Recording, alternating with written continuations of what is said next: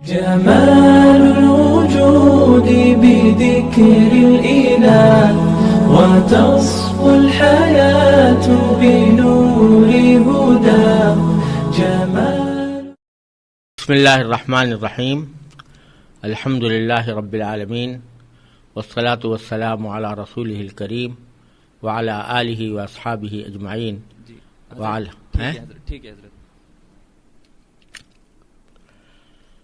أعوذ بالله من الشيطان الرجيم.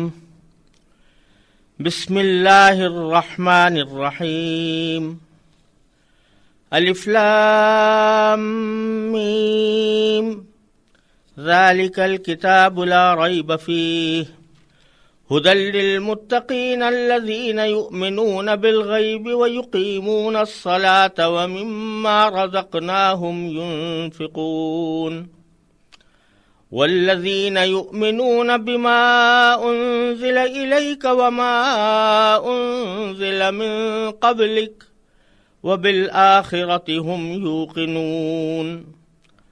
أولئك على هدى من ربهم وأولئك هم المفلحون.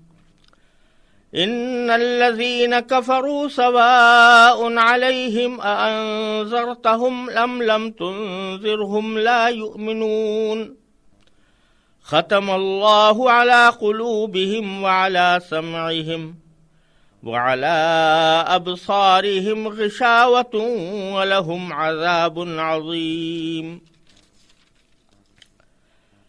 شروع اللہ کے نام سے جو سب پر مہربان ہے، بہت مہربان ہے. الف لام میم، یہ کتاب ایسی ہے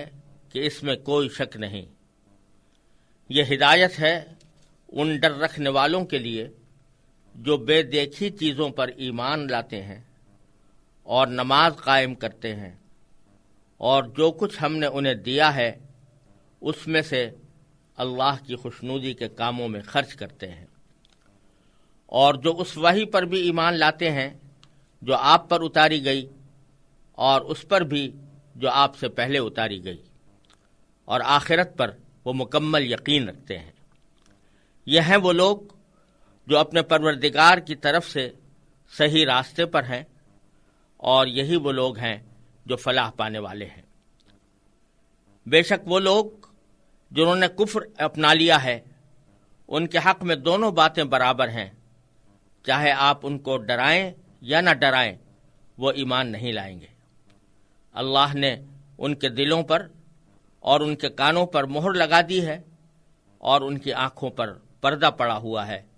اور ان کے لیے زبردست عذاب ہے. یہ سورہ بقرہ کا پہلا رکوع ہے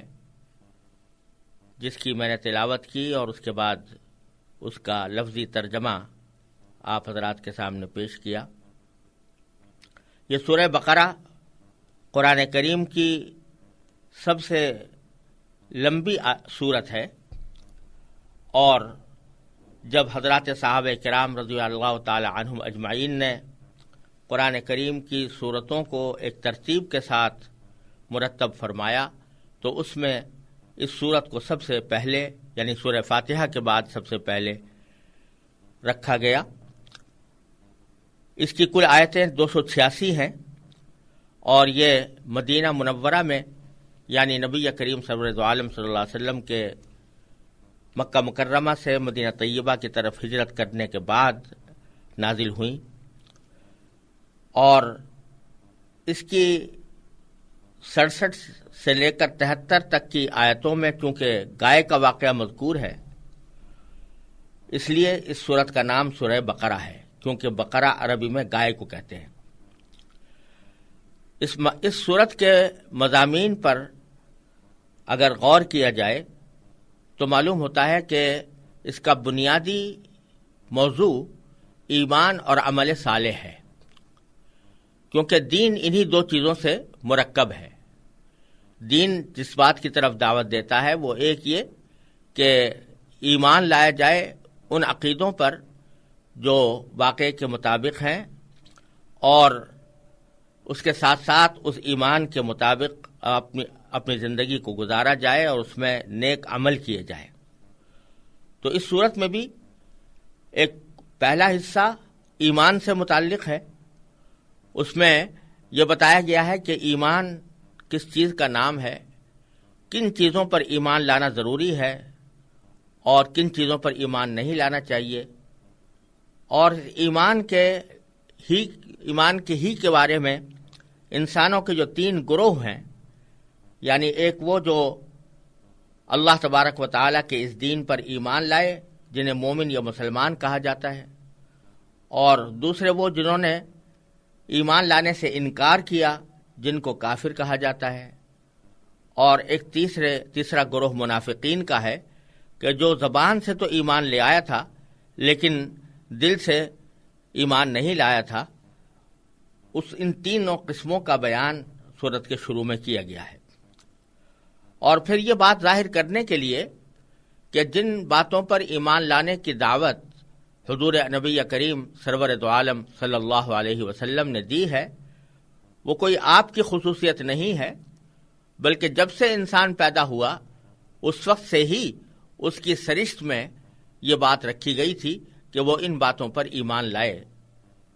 اس بات کو واضح کرنے کے لیے قرآن کریم نے حضرت آدم علیہ السلام کی تخلیق کا واقعہ بیان فرمایا ہے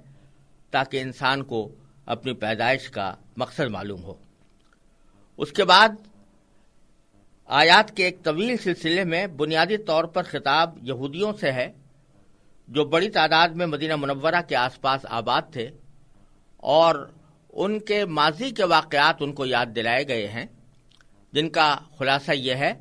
کہ حضرت موسیٰ علیہ السلام کو تورات عطا فرمائی گئی تھی اور بنی اسرائیل پر لازم کیا گیا تھا کہ وہ اس تورات کے احکام پر پوری طرح عمل کریں، اور اسی وجہ سے ان کو پوری انسانیت کا امام بنایا گیا تھا۔ لیکن بنی اسرائیل نے ان احکام پر عمل کرنے کے بجائے اللہ تبارک و تعالیٰ کے احکام کی نافرمانی شروع کی۔ ان پر اللہ تعالیٰ نے جو نعمتیں نازل فرمائیں اس پر انہوں نے ناشکری اور نافرمانی سے کام لیا۔ اس کا مفصل بیان اس سورہ بقرہ کے ایک طویل حصے میں کیا گیا ہے، اور اس طرح یہ واضح کیا گیا ہے کہ اب یہ لوگ انسانیت کی امامت اور انسانیت کے لیے داعی بننے کے اہل نہیں رہے، کیونکہ انہوں نے حضرت موسیٰ علیہ السلام کی لائی ہوئی تعلیمات کی خلاف ورزی کی اور جا بجا سرکشی کا مظاہرہ کیا، لہذا اب یہ منصب امامت تبدیل کیا جائے گا۔ اور اس سلسلے میں پارے کے آخر میں حضرت ابراہیم علیہ السلام کا تذکرہ باری تعالیٰ نے فرمایا ہے، کیونکہ حضرت ابراہیم علیہ السلام وہ بزرگ ہیں جن کو یہودی بھی اپنا پیشوا مانتے ہیں، عیسائی بھی اپنا پیشوا مانتے ہیں، اور عرب کے بت پرست مشرکین بھی حضرت ابراہیم علیہ السلام کو اپنا مقتدی سمجھتے تھے۔ ان سب کو یاد دلایا گیا ہے کہ وہ خالص توحید کے قائل تھے اور انہوں نے کبھی کسی قسم کے شرک کو گوارا نہیں کیا۔ اسی لیے ان حضرت ابراہیم علیہ السلام کے واقعے کے اندر یہ بات واضح فرمائی گئی ہے کہ ابراہیم علیہ السلام نے جب یہ فرمایا تھا کہ منصب امامت جس طرح آپ نے مجھے عطا فرمایا ہے تو میری اولاد کو بھی عطا فرمائیے، تو اللہ تبارک و تعالیٰ نے اس کے جواب میں یہ فرمایا تھا کہ آپ کی اولاد میں جو لوگ صحیح راستے پر ہوں گے ان کو تو بے شک امامت کا منصب دیا جائے گا، لیکن جو ظلم کرنے والے ہوں گے یا نافرمانی کرنے والے ہوں گے ان کو یہ منصب نہیں ملے گا۔ چنانچہ ہوا یہ کہ حضرت ابراہیم علیہ السلام کے 2 صاحبزادے تھے، ایک حضرت اسحاق علیہ السلام جن کی نسل سے بنو اسرائیل چلے ہیں، اور دوسرے حضرت اسماعیل علیہ السلام۔ انبیاء کرام زیادہ تر حضرت اسحاق علیہ السلام کی اولاد میں حضرت اسحاق علیہ السلام کے صاحبزادے حضرت یعقوب علیہ السلام کا دوسرا نام اسرائیل بھی تھا، اور انہی کی اولاد میں زیادہ تر انبیاء کرام تشریف لاتے رہے اور امت کی رہنمائی کرتے رہے۔ لیکن جیسا کہ پہلے عرض کیا گیا، قرآن کریم نے بنی اسرائیل کی نافرمانیوں کا ذکر کرنے کے بعد یہ فرمایا ہے کہ اب یہ لوگ اس امامت کے اہل نہیں رہے، لہذا ابراہیم علیہ السلام کے دوسرے صاحبزادے یعنی حضرت اسماعیل علیہ السلام کی اولاد میں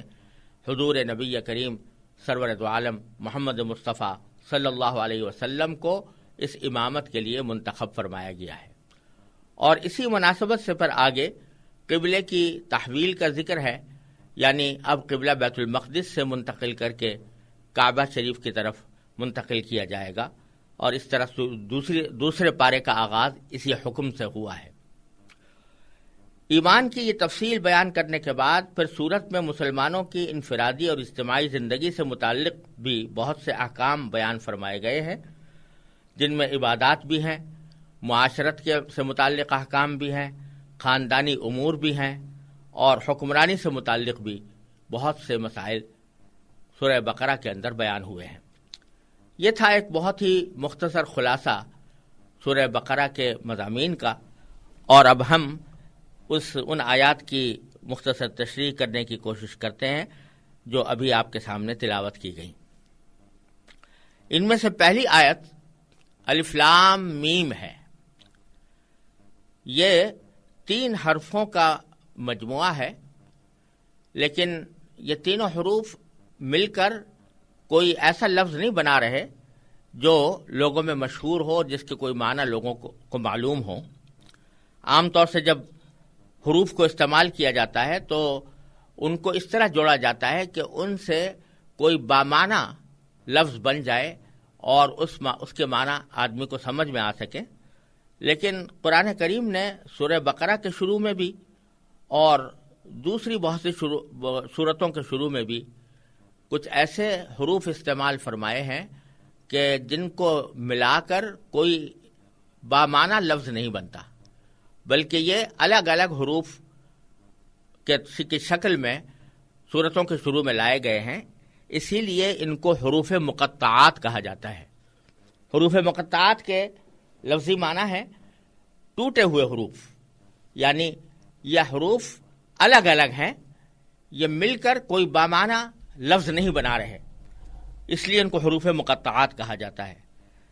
یہ الف لام میم بھی انہی میں داخل ہے، اور بعض صورتوں کے اندر الف لام میم را ہے، بعض میں الف لام را ہے، بعض میں صرف صاد ہے، بعض میں صرف نون ہے، بعض میں صرف قاف ہے، بعض میں حامیم ہے۔ اس طرح مختلف صورتوں کے شروع میں یہ حروف مقطعات آئے ہیں۔ اگرچہ بہت سے لوگوں نے ان حروف مقطعات کا کوئی مطلب تلاش کرنے کی کوشش کی ہے،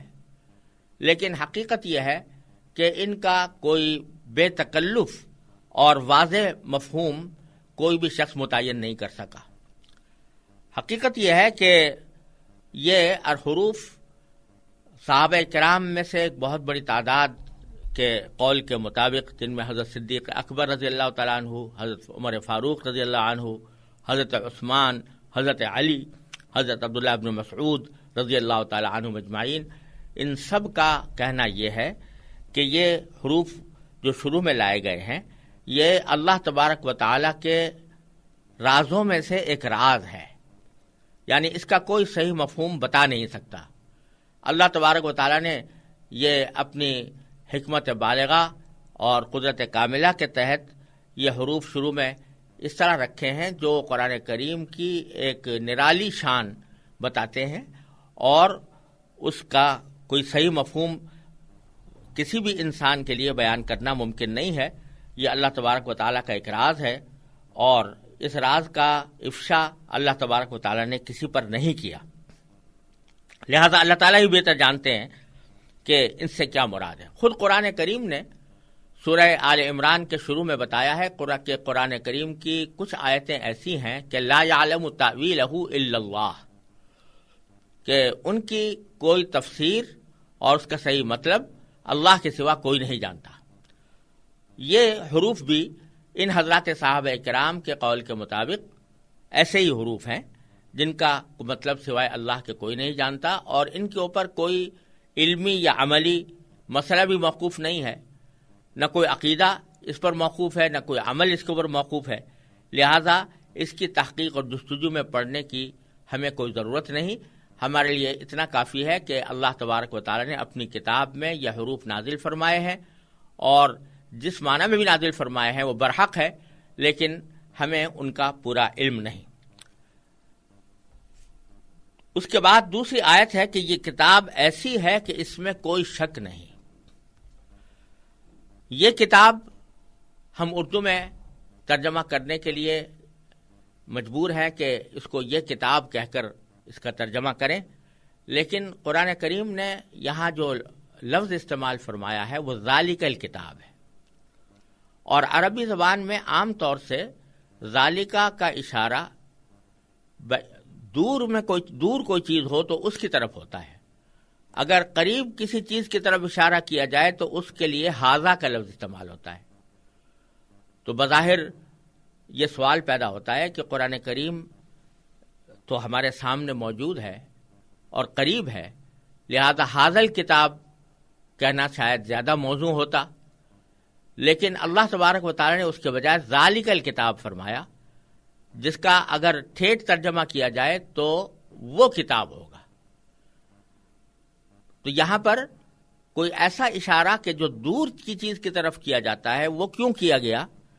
اس کے جواب میں مفسرین نے مختلف باتیں کہی ہیں، لیکن ان میں سے سب سے اہم بات یہ ہے کہ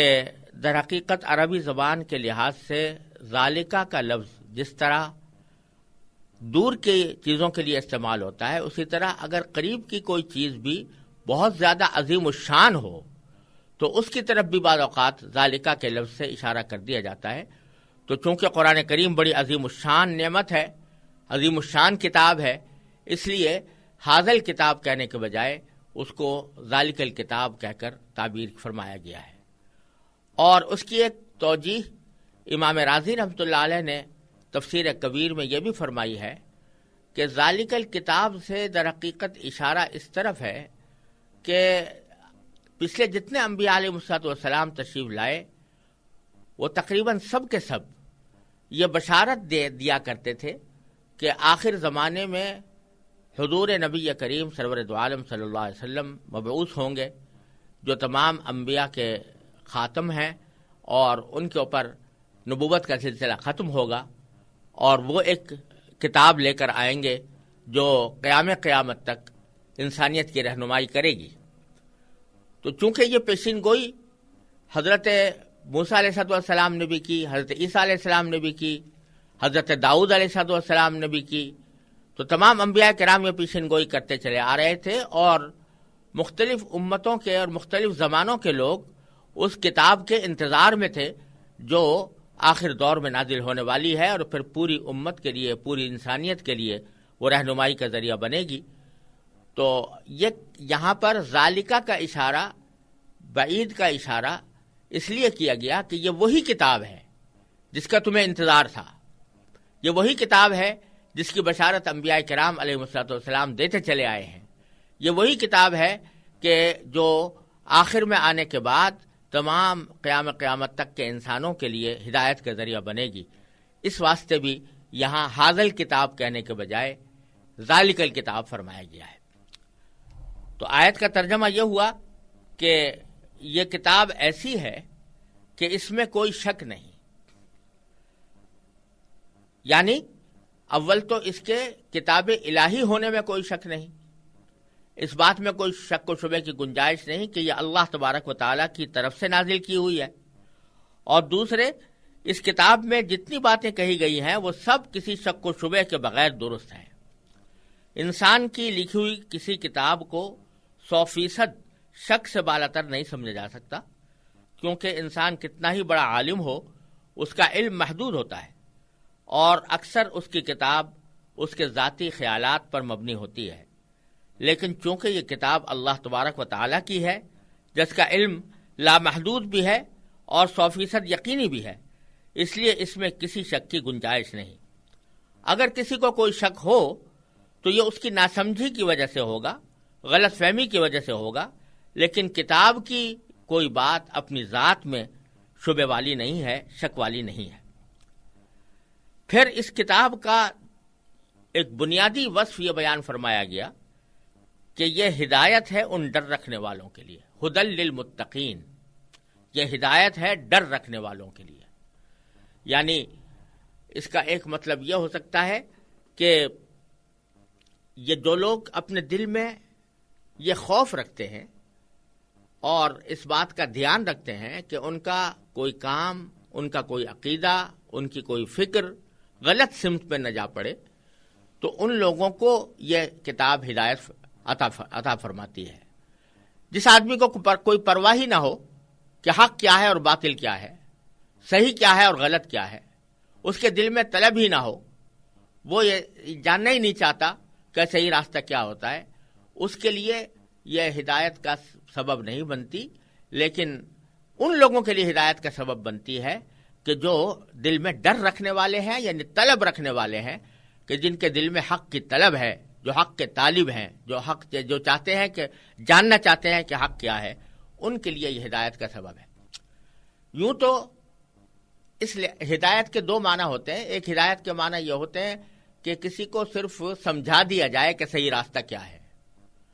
اور دوسرے ہدایت کے معنی یہ ہے کہ اس کو ہدایت منزل تک پہنچا دیا جائے۔ تو پہلی قسم کی ہدایت تو قرآن کریم ہر انسان کو دیتا ہے، چاہے وہ کافر ہو، مسلمان ہو، فاسق و فاجر ہو یا نیک ہو، ان سب کو ہدایت دیتا ہے۔ اسی لیے سورہ بقرہ ہی کی ایک آیت میں آگے اللہ تبارک و تعالیٰ نے یہ ارشاد فرمایا کہ شہر رمضان الذی انزل فیہ القرآن ھدی للناس، کہ یہ ہدایت ہے تمام انسانوں کے لیے، یعنی اس میں کافر اور مسلم سب برابر ہیں۔ وہ اس معنی میں ہدایت ہے کہ راستہ سب کو بتاتی ہے، کافر کو بھی بتاتی ہے اسلام اور مسلمان کو بھی بتاتی ہے، لیکن یہاں یہ فرمایا جا رہا ہے کہ اس ہدایت سے فائدہ اٹھانے والے وہی ہیں جو متقی ہوتے ہیں، جن کے دل میں یہ ڈر ہوتا ہے کہ ہم کہیں کسی غلط راستے پر نہ جا پڑیں، کہیں ہمارا کوئی عمل اللہ تعالیٰ کی مرضی کے خلاف نہ ہو جائے۔ اس واسطے کہا گیا کہ یہ ہدایت ہے ڈر رکھنے والوں کے لیے، اور کیونکہ اس ہدایت کا فائدہ انہی کو پہنچتا ہے جو اس قرآن کریم کی بات مان کر اس کے تمام احکام اور تعلیمات پر عمل کریں۔ ڈر رکھنے کا مطلب یہ ہے کہ انسان یہ بات ہمیشہ پیش نظر رکھے کہ اسے ایک دن اللہ تبارک و تعالیٰ کے حضور اپنے تمام اعمال کا جواب دینا ہے، لہذا مجھے کوئی کام ایسا نہ کرنا چاہیے جو اس کی ناراضی کا باعث ہو۔ اسی خوف اور دھیان کا نام تقویٰ ہے، اور جو لوگ ایسا ڈر اپنے دل میں رکھتے ہیں ان کو متقی کہا جاتا ہے۔ چنانچہ یہاں ان کے لیے یہی لفظ استعمال ہوا ہے، ھدی للمتقین، ڈر رکھنے والوں کے لیے یہ ہدایت ہے۔ پھر آگے اس ڈر رکھنے والے جب اس ہدایت کو قبول کرتے ہیں اور قرآن کریم کی ہدایت پر عمل پیرا ہوتے ہیں تو ان کے اندر کیا اوصاف ظاہر ہوتے ہیں، ان کا بیان تیسری آیت میں فرمایا گیا کہ الذین یؤمنون بالغیب ویقیمون الصلاۃ ومما رزقناہم ینفقون، یعنی جو بے دیکھی چیزوں پر ایمان لاتے ہیں اور نماز قائم کرتے ہیں اور جو کچھ ہم نے انہیں دیا ہے اس میں سے اللہ کی خوشنودی کے کاموں میں خرچ کرتے ہیں۔ تین صفتیں یہاں بیان فرمائی گئی۔ پہلی یہ کہ جو بے دیکھی چیزوں پر ایمان لاتے ہیں۔ یہاں ایک بہت بڑی حقیقت کی طرف اشارہ فرمایا گیا ہے، اور وہ یہ کہ اس دنیا میں جو ایمان معتبر ہے اور جو اللہ تعالیٰ کے ہاں قبول ہے، یہ ایمان ہے ان چیزوں پر جو آنکھوں سے نظر نہیں آ رہی، لیکن انسان اپنی عقل سے ذرا بھی سوچے گا تو وہ اس کو ایک حقیقت نظر آئیں گی۔ ایسی چیزوں پر ایمان لانا، اس کو ایمان بالغیب کہا جاتا ہے، یعنی بے دیکھی چیزوں پر ایمان لانا۔ جیسے اللہ تبارک و تعالیٰ کا وجود ہے اور اللہ تعالیٰ کا ایک ہونا ہے، تو اللہ تبارک و تعالیٰ ہمیں آنکھوں سے نظر نہیں آ رہے ہیں اور نہ اس دنیا میں آنکھوں سے نظر آ سکتے ہیں، لیکن اس کے باوجود اس کائنات میں پھیلی ہوئی بے شمار اشیاء اللہ تبارک و تعالیٰ کے وجود پر اور اس کی توحید پر دلالت کرتی ہیں۔ انسان اگر اپنی عقل سے کام لے اور صحیح طریقے سے سوچنے سمجھنے کی کوشش کرے تو اس کو اللہ تبارک و تعالیٰ کے وجود اور اس کی توحید پر ایمان لانا پڑتا ہے اور اس کو قبول کرنا پڑتا ہے۔ کسی کے دل میں یہ خیال پیدا ہو سکتا ہے، اور آج کل بہت سے لوگوں کے دل میں یہ شبہ ہوتا ہے کہ جو چیز ہم آنکھوں سے دیکھ نہیں پا رہے تو اس پر کیسے ایمان لائیں؟ کیونکہ جب تک آنکھوں سے کوئی چیز دیکھنے نہ لی جائے اس وقت تک اس کا یقین نہیں ہوتا. تو یہ خیال بالکل غلط ہے، اس لیے کہ اس دنیا کے اندر بھی جن چیزوں کا ہمیں یقین ہوتا ہے وہ ساری ایسی نہیں ہوتی کہ ہم انہیں آنکھوں سے دیکھ سکیں. بے شمار چیزیں ایسی ہیں کہ ہم ان کو آنکھوں سے نہیں دیکھ رہے ہوتے، لیکن ان کی علامتوں سے، ان کے قرائن سے اور ان کے پھیلے ہوئے دلائل کی وجہ سے ہم ان پر یقین کرتے ہیں. ایک سادہ سی مثال یہ ہے کہ اگر آپ فضا میں کوئی مسافر جہاز اڑتا ہوا دیکھیں تو آپ کو اڑتا ہوا جہاز تو نظر آ رہا ہے اور اس کا چلانے والا آپ کو نظر نہیں آ رہا، لیکن اس کو نہ دیکھنے کے باوجود آپ مکمل یقین کے ساتھ کہہ سکتے ہیں کہ اس جہاز کے اندر کوئی چلانے والا بیٹھا ہوا ہے، اس کا کوئی پائلٹ ہے جو اس کو اڑا رہا ہے. حالانکہ اس پائلٹ کو آپ نہیں دیکھ رہے، لیکن چونکہ یہ بات معلوم ہے کہ جہاز، خاص طور سے مسافر جہاز، وہ بغیر کسی پائلٹ کے نہیں اڑ سکتا، تو اس واسطے آپ یقین کے ساتھ کہہ دیتے ہیں کہ اس کا کوئی نہ کوئی پائلٹ موجود ہے. اب یہاں وہ پائلٹ نظر نہ آنے کے باوجود آپ اس کو ایک یقین کے ساتھ موجود تصور کرتے ہیں. اگر آپ کسی جگہ پر ہیں اور وہاں بارش برس رہی ہے تو چاہے وہ آپ کو بادل نظر نہ آ رہے ہوں، لیکن بارش کے قطروں سے آپ یہ یقین کر سکتے ہیں کہ اوپر بادل ہے جو یہ بارش برسا رہا ہے. تو غرض اس دنیا کے اندر بے شمار چیزیں ایسی ہیں جو صرف آنکھوں سے دیکھ کر نہیں مانی جاتی، بلکہ اپنی عقل سے سوچ کر مانی جاتی ہیں. تو اسی طرح اللہ تبارک و تعالیٰ کا وجود، اللہ تبارک و تعالیٰ کی توحید اور وحدانیت، یہ ایسی چیز ہے کہ جو اگرچہ آنکھوں سے نظر نہیں آ رہی، لیکن کائنات میں پھیلے ہوئے بے شمار دلائل انسان کو اس نتیجے تک پہنچاتے ہیں کہ اس کائنات کا کوئی خالق ہے، کوئی پیدا کرنے والا ہے، اور وہ ایک ہے.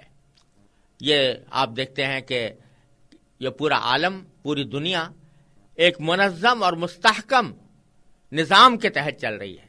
سورج ایک خاص وقت پر نکلتا ہے، ایک خاص وقت پر غروب ہو جاتا ہے. چاند ستارے ایک خاص وقت پر نکلتے ہیں اور غروب ہو جاتے ہیں، ان میں ایک لمحے کا بھی کہیں فرق نہیں آتا. یہ سمندر، یہ پہاڑ، یہ دریا، یہ جنگل